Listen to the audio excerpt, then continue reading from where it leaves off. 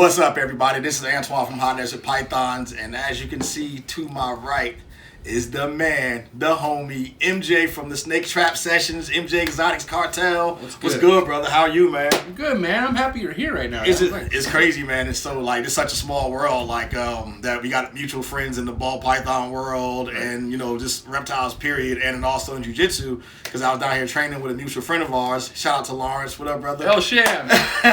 So yeah, we came through, man, and we did the facility. So if you want to see the facility tour, it'll be right up here, but wait till this video's over with, you dorks, before you do that. So, man, so for those of you who've been under a rock, introduce yourself to the world. Let them know who you are, man. What's up? My name's MJ, man. I go by Exotics Cartal on Instagram with an A, not an E. My YouTube channel is the Snake Trap Sessions, is where the home of the Trap Talk with MJ goes down. So, yeah, man, hey, I'm just another guy who came into the hobby about 3 years ago. Super fascinated with animals, and because of my community and the people I built myself around, I'm at where I'm at right now, man. So my thanks to everyone out there who support me. So how crazy to having you on this side of the interview table for once? I don't know. I mean, how often do you get that, man? I've been asked to go on podcasts. I don't like it, man. I like the interview. I'm talking about side by side is cool, but I hate being the one on the other side of the end on the computer. I don't know. Maybe because they're just not good at asking questions like I am. Yeah. I don't know. There's a flow of things. I like a flow of things. But but it's always cooler when you actually know the person and you're cool with them and you can really shoot the shit too. This is what I like. This is my shit, a lot of times when I talk to people, I don't want to be like, okay, how do you do this and how much? That's fucking stupid, man. So people especially when you know each other, you guys are cool. You can just relax and just shoot the shit, man. So how many species do you have? You think if you had a I know. I just answered this the other day, so I'm at 11 species of snakes that I work with. And that's boas and pythons and. So it's the boa the boa python family, but then I also have boegas, and then I have I have false water cobras. I don't know scientific names, otherwise I'll drop them for you guys. But I'm just I am what I am, bro. So fucking. But yeah, I work with a good amount of stuff, man. Shoot, ball pythons, we got the most trash scientific name: Python Regis and Kathy Lee. Oh, I know. I mean, some names are cool, you know what I mean, like GHI, but come on, man. But the scientific name for the royal pythons is kind of trash. Regius? It's just Regis, Python Regis. Python Regis. And Kathy Lee Gifford. No. That's fucking stupid. Sure, man. Yeah, so we out of San Diego, man. This morning we got up and we had on hoodies driving out here, man. I was like, man, it's going to be cold today. Today's going to suck. And all year round it's like this out here, man. Just like that Lewis Black comedian. He said the easiest job in the world is the San Diego weatherman. He goes, what's the weather like today? Oh, nice. Nice. Back to you. This shit too, man. So, it's for a lot of people. It's breeding season with the ball pythons and some of the boas and stuff too. You got a lot of pairings going on right now. You just coming off of babies, or? Yeah. So basically, my pairing season just started. I actually just separated. So I paired at the beginning or end of December. So end of December I started pairing. We had a good cold front for a couple weeks, but as you can feel right now, if I'll tell you guys one thing, be on top of your weather. Just know when weather's coming. Either cloudy days, rainy days. But be on top of that stuff, and that way you'll know when to pair and when to separate. But right now everything's separated, which was cool because I got to show you guys some of the animals. So I think we have a rainy weekend coming in about a week. So then that's when I'll be pairing again. But yeah, definitely pairing season, bro. So what's the biggest challenge, breeding season wise, when you have everything centralized in one room, and do you have to adjust hot spots for everybody and humidity and kind of keep track of that stuff? So I'm very ambient heating pro ambient heating. So nothing here for the most part is on heat tape or anything like that until they're gravid. So everything, as you can see, so it's 82 degrees in here. So it's 82 degrees, which it kind of stays at that in this room for the most part. But yeah, that's what makes my life simple is I kind of keep everything the same temperature, and then I naturally drop it at night when it needs to drop, which is good for pairing and whatnot. That's what creates good breeding behaviors. But then obviously snakes need some sort of heat to build those follicles during the day. So I will say, for whatever reason, if we have a 50 degree, 60 degree weather day for some reason in San Diego, then act accordingly. I would heat up this room a little bit. But yeah, man, ambient heating's where it's at. If she ovulates, then I adjust that heat and Yeah, that's it. Anything in here that's like just a pet, or you don't plan on doing anything with, or? Oh man, everything I plan on doing. I had a pet rattlesnake, and then my wife made me get rid of that. So I was holding it too much, and but obviously it was about me being responsible, and I just didn't want to get bit. You play with fire, you're about to get burned, right? And I could just see myself about to get burned any day. So that was my only pet, though, man. I got a beaded lizard. Shout out to Miguel. Thank you for the beaded lizard. And he's getting me a female, so I'm gonna be breeding those. I thought that was my pet, but nope. I can't keep from getting bitten by stupid ball pythons. I mean, I'm not messing with that. But around us in the desert, man, you got sidewinders everywhere. Dude, and Mojaves and stuff like that. So a lot of cool herping stuff in Cali, man. It's pretty awesome. Even going out to like the gun ranges out there too, man. Like we run across, there was a badger out there in the desert, man. Yeah, straight badger. So, the badger. So that means put your dog away because your dog's gonna get his ass kicked. Yeah, anything's getting its ass kicked. Yeah, I gotta see it in the video, man. Actually, I'll post it right here.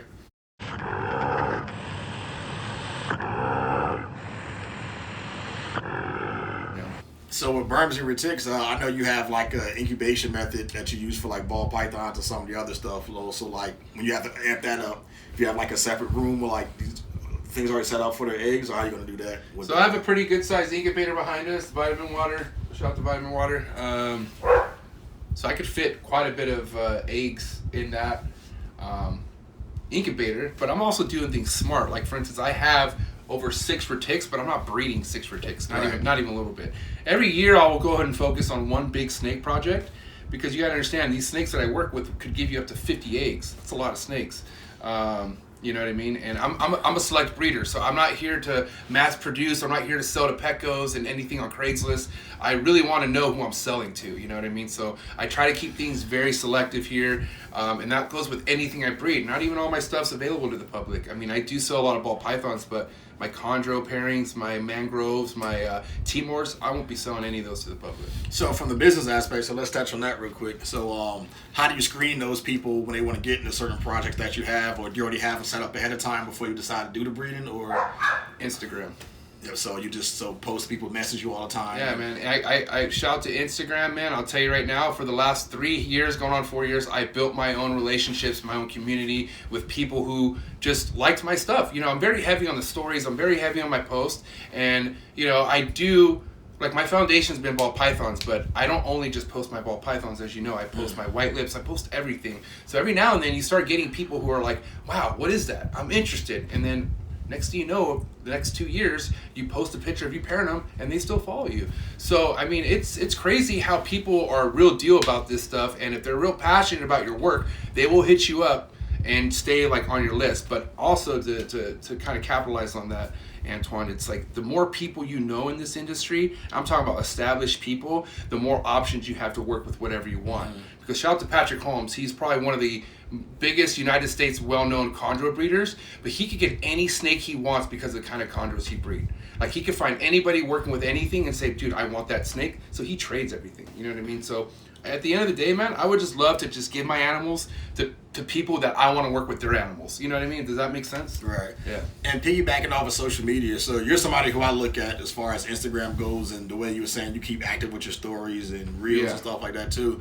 So do you have like going into Instagram, do you have a specific plan about how you wanted to do things to get your following you have now, or do you think you just kind of stayed active and it kind of happened organically as far as hitting? But you're over 10,000 followers, right? Yeah, and honestly, I'm not gonna lie. Towards the end, I really wanted it. I'm not gonna say I don't care about my followers or my following, but it wasn't important for me to swap stickers. It wasn't important for me to do follow for follow. I was never that guy.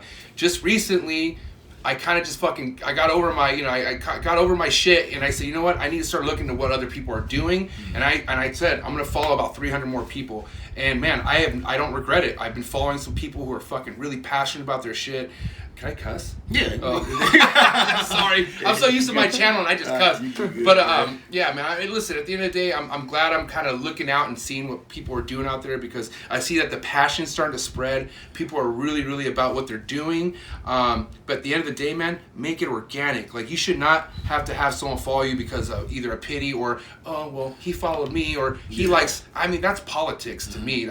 This is about doing what you love. This is about finding people who are working with what you're working with, not not because who you follow. So at the end of the day, to each their own. I respect everyone, because at the end of the day, sticker swapping does build relationships, right? But people are going to outgrow people. I'm telling you right now. And that's when feelings get hurt. I'll tell you right now that people start relationships because they swap stickers, but then so-and-so's project, so-and-so's not going to stop. And what's his name's already got off the elevator 20 floors from now. Nothing personal, man, but you got to stay in your lane. That's it. So were you around pre-social media, or did you start everything during like Facebook and Instagram? Dude, it took like me. range? Shout out to Chris Surgery, Ball Pythons 101. But man, he was the one who I met, and I had a private Instagram account. I didn't even know how hashtags work. No clue. I was posting snakes, and I was like, dude, I'm getting 5 likes, and I had 150 followers, but that was DJ world. Like I came from the DJ world, so I wasn't following no snake people. I had no idea snake people could even see my stuff. So luckily, Chris was finally the one saying, hey man, if you go in private, people will start seeing your stuff, and then these hashtags will work. So I don't want to say I was pre-social media at all. I came in right when social media was starting to boom, and I adapted. Once I learned how to use stories, once I learned how to fucking just use shit about social media, I just stuck to it, and yeah, I saw crazy growth from it after that. You know, and that's where I think now breeders, what I call like our generation, compared to the people who's been doing it for a long time before. You know, I was around ball pythons when, like early on, when if somebody called you for an import, they sent you like a picture through like the regular snail mail, or like or they sent you the whole Fun Saver camera, and you had to develop it yourself. And you had to pay for that, right? Right, and you had to buy the pictures, right? And you had to buy the pictures and stuff too. So and then there was things where like you'll get this messed up picture because the lighting is bad, and you're in a third world country, and now they go, hey, you can have this for 30 grand. And then you're like, so you want me to send you 30 grand in hopes that I get it back for you later, put this animal on Delta Cargo, fly this thing out. It's going to cost like $400 to ship it from West Africa to here. So, I mean, it was a lot harder back then. And sometimes I do sympathize with some of those breeders who haven't like moved over to like using social media the right way, because they felt like they had to get their bones and stuff like that too. So I see what that part what they're whining about. I kind of agree the fact that we all need to go through some kind of struggle, but not that kind of struggle. Well, I know enough of your rap sheet that you know there's one thing you have to always be able to adapt to. Yeah. Like, what's that? The times, period. You're changing the times. Exactly, man. So, or else you're going to get left behind. You know, so, I mean, there's still people now, like, I've sold snakes too, and, you know, we've exchanged animals, and they used to call me, oh, you're the YouTube guy now, whatever, too, you know? Yeah. And they'll give me shit like that, and then, like, we'll go back and forth, you know, talking shit to each other, and they'll say stuff like, well, shit, how many animals do you have on Morphmarket? And I'm going, none. Why? They're sold. What do you mean? Guess how many animals I posted on Morphmarket last year? Zero. Yeah. Thanks to you, Instagram. Thanks to all my people who fuck with me because of Instagram. Most of my stuff gets sold like within the hours after I post it. People are like, well, you're probably gonna keep it, but if not, here's money. I'm like, what? Yeah. You know, that's why I keep my project secret from Miguel, because I won't have any snakes left. Shit, tell me about it. He don't know that I have check that the house brewing up. You crazy. Yeah, man. So it works that way, man. It's just, you know, like, there's going to be an easier way to do stuff all the time. Just like we were talking about breeding like a couple of weeks ago. I was talking with Billy at Mutation Creation, and we talked about the fact that there might be artificial insemination going on soon. It already exists with snakes, but a lot of universities are working with some companies to find a way to mass produce it. Wow. So that's crazy. So like, there's been death adders that was reproduced through puff adders that have been produced through artificial insemination. So collecting straight from the male, inserting into the female too. So if that became a mainstream thing with us and it was affordable, how do you think that would affect the hobby as far as like the way we do things? I don't know what that would. I mean, I feel like it's gonna switch things up a lot. I mean, I'm a less is more kind of guy, man. Like, I like the one thing that I do like that's old school about breeding is sticking to shit that works. And, you know, I don't know, man, like, I want to make shit as simple as possible for the animal, man. It's all about keeping the animal. And I'm all into, like, you know, new shit, new studies and stuff like that, man. But if it's not really going to benefit the animal, like, you know, and if it's only going to create more media in a bad way, then I don't know, I'm against it. And just like, it was the same thing with dogs, you know, like you have this stud dog that you want to breed to, and they'll just send you like some, you know, frozen straws or whatever. And then sometimes you spent that money, you took him to the vet, you did everything you're supposed to do, and the female didn't take, or she had one puppy.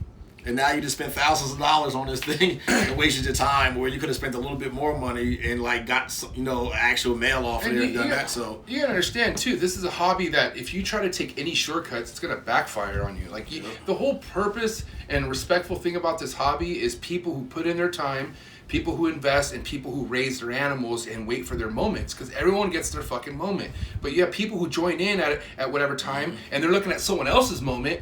They're looking at someone else who's been putting in the work, putting in time, and they say, well, I could do that. I want that. So they try to do what they can to buy adults. They try to skip so many fucking steps where you're really fucking, you're defeating the whole purpose on why people breed. You know what I mean? And with that too, people realize the people that's buying all these ready to breed adults Already done work.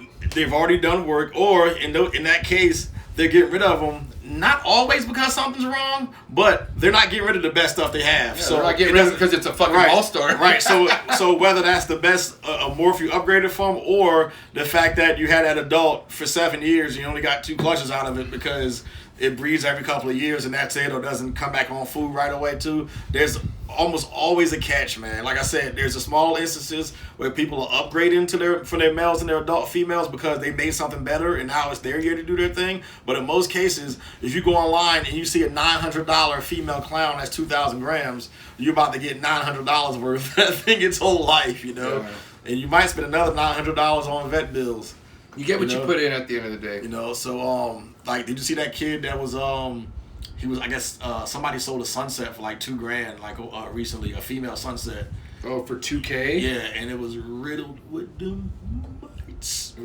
It was very miteable? Riddled with mites. It was mitochondria. It was fucking freaking mites, man. And then, another guy got something else from the dude. I mean, I'm not going to... I don't even... covered with mites. I don't remember the guy's name or whatever like that, but yeah, he had some like flash fire sale, getting rid of his stuff.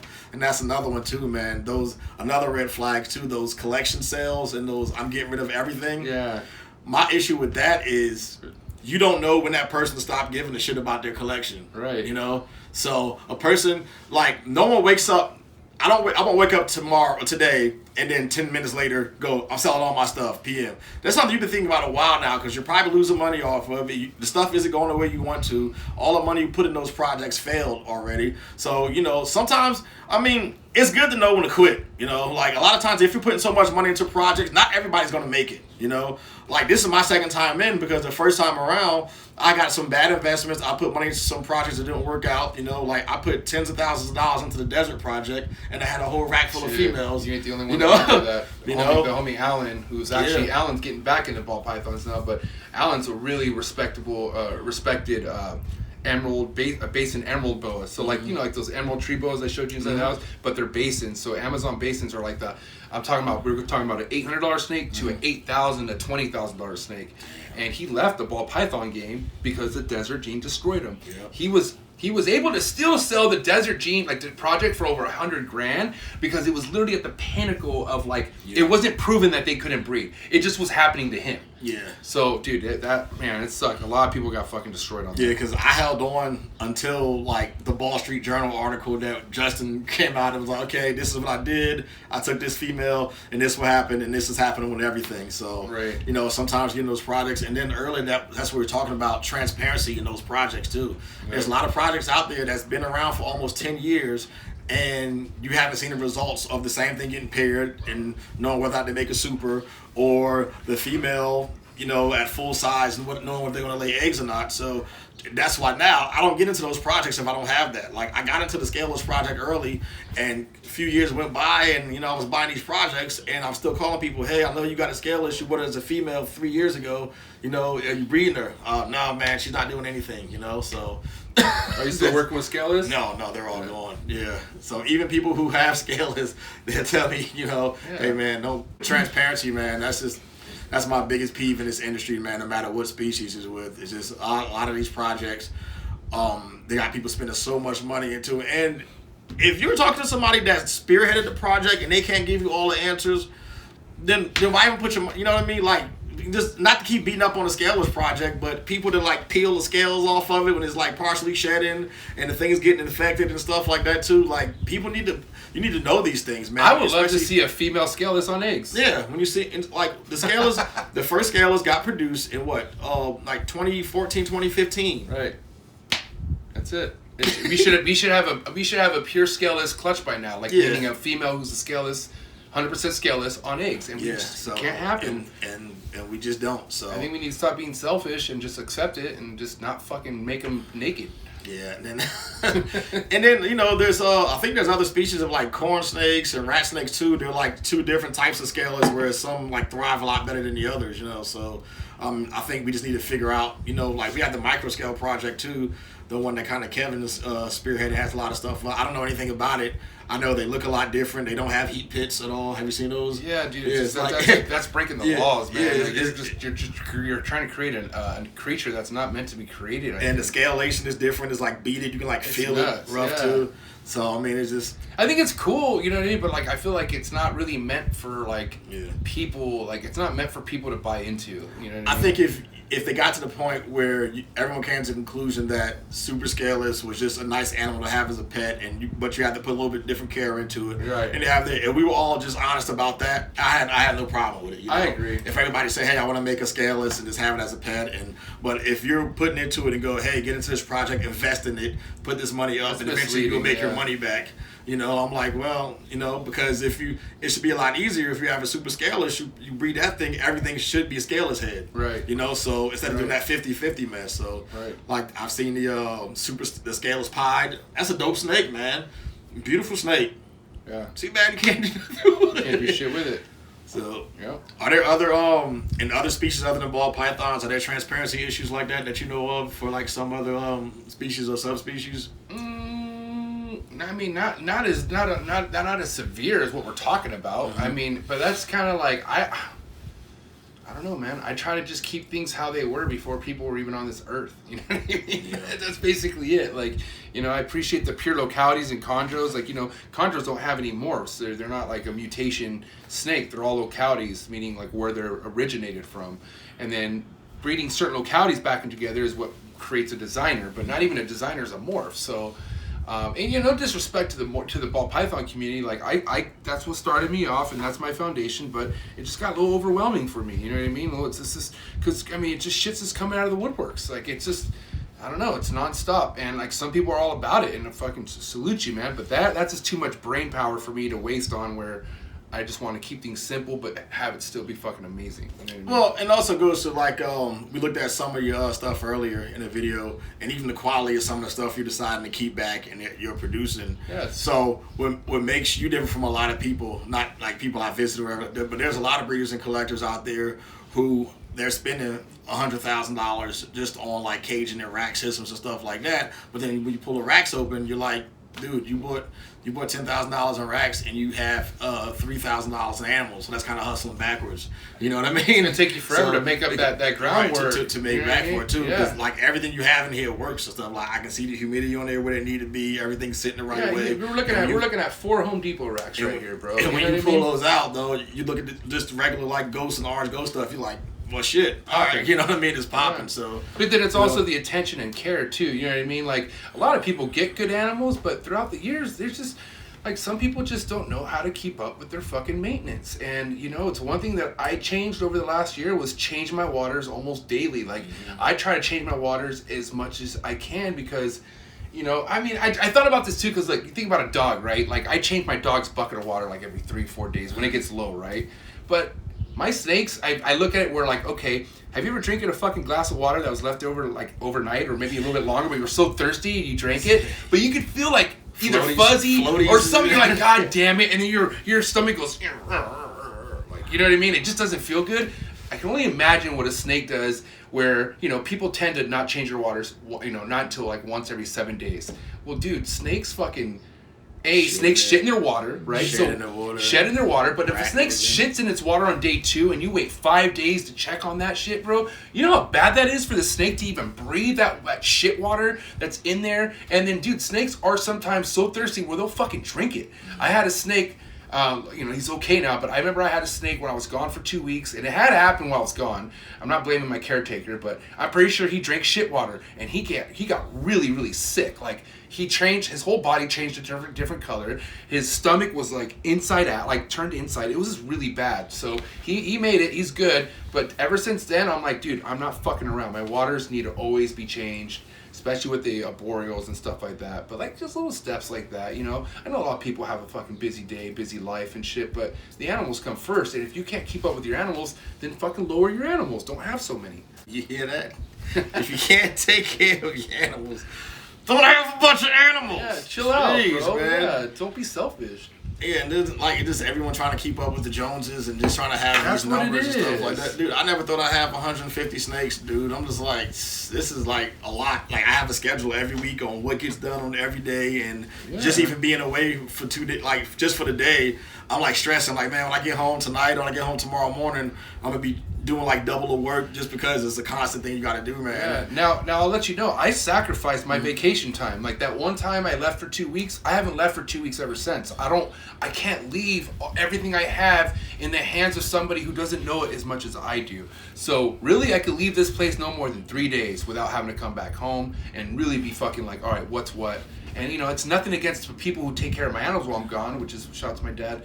But like, dude, it's just a lot of work. It's a lot of fucking. There's even things I forget to do, and you know, it just I don't know, man. It's not also easy. too, like no one's gonna take care of yourself the way you do. No, like the way you take care of it, how you want it taken care of. No one's gonna do that too, you know. So, except my wife. Shout out to Lily. My wife could do it. Yeah, that close, yeah. Because I mean, exactly. You know, yeah, so. she's seen it in here for hours, so she'll just sit here and just watch me. Man, I'm not gonna hold you up too much longer, man, because man. you know everybody gotta run and do their things, man. But dude, I'm gonna tell you, if somebody's gonna follow you from the beginning.